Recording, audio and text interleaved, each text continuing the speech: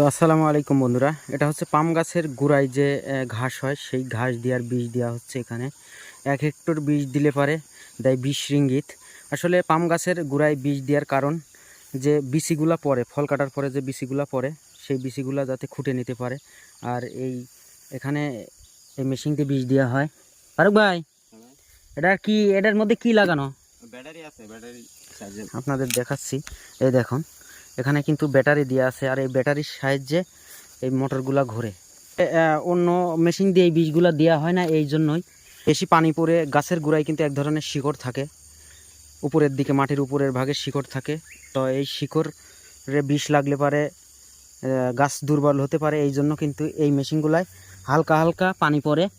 এই জন্য এই মেশিন দিয়ে কিন্তু পাম অয়েলের গাছের গোড়ায় বীজ দেওয়া হয়। আর এই বীজগুলো কিন্তু অল্প দিনে মরে না, কম করেও 10 দিন পরে আস্তে আস্তে এগুলা ঘাসগুলা মরে যায়।